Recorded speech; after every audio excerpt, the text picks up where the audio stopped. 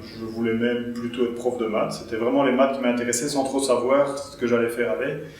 Et puis petit à petit, le goût vers les mathématiques appliquées, c'est quand même fort prononcé.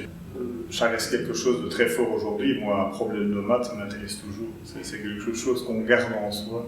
Mais j'ai fait 20 ans, en fait, sur les 29 ans que compte ma carrière aujourd'hui, j'ai fait 20 ans en réassurance.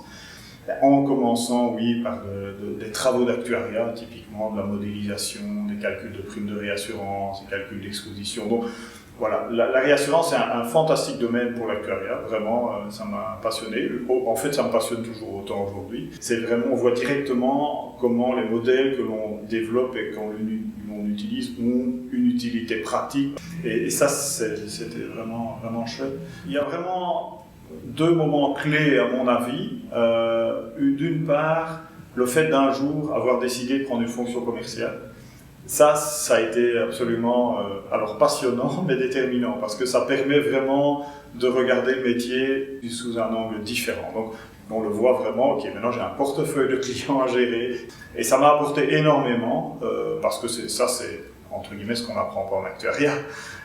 Et puis la deuxième chose, c'est quand PNV, il y a 5 ans, m'a demandé de les rejoindre pour prendre un poste au comité de direction qui était la gestion des risques, qu'on appelle Chief Risk Officer aujourd'hui dans le jargon. Et ça, c'était un immense défi parce que c'était quand même aller vers l'assurance, je venais de la réassurance, c'était changer d'environnement et c'est faire un métier que j'avais jamais fait.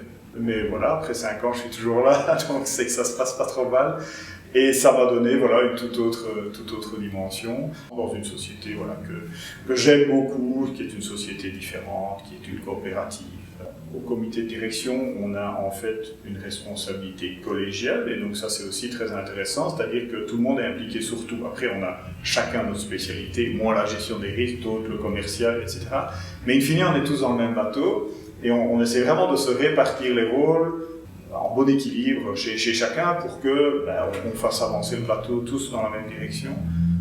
Et je dirais que c'est vraiment ça qui est le moteur, c'est de pouvoir participer à la stratégie d'une entreprise et à la faire avancer dans un monde qui est quand même plein de défis. Alors, c'est un peu une porte ouverte que j'enfonce. Le monde de l'assurance est quand même en train d'évoluer très très vite, il s'y est mis un petit peu plus tard que d'autres secteurs.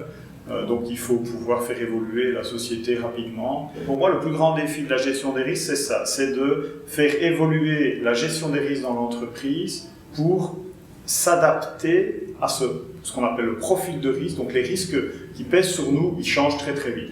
Un exemple, on travaille de plus en plus avec des partenaires.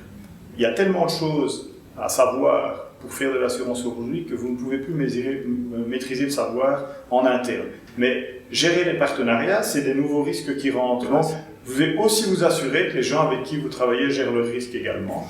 Deuxième exemple, on en parle beaucoup, mais c'est extrêmement impactant, c'est tout ce qui touche à l'intelligence artificielle. Mais c'est en train de prendre des proportions colossales et on multiplie le nombre de domaines dans lesquels on peut utiliser cela. C'est un risque assez important parce que vous devez quand même vous assurer que ça se passe comme ça devrait se passer. Il y a toute une série d'exemples qui montrent que si on éduque mal la machine, elle ne fait pas ce qu'on lui on voudrait qu'elle fasse, avec des conséquences potentiellement dramatiques sur la réputation de l'entreprise. Donc voilà, ça c'est deux exemples de choses qui évoluent très très fort. Fondamentalement, ce qu'on attend d'un Chief Risk Officer, c'est que nous veillons à ce que les risques restent bien sous contrôle. Je crois que ce qui est important, c'est la vitesse d'évolution des choses.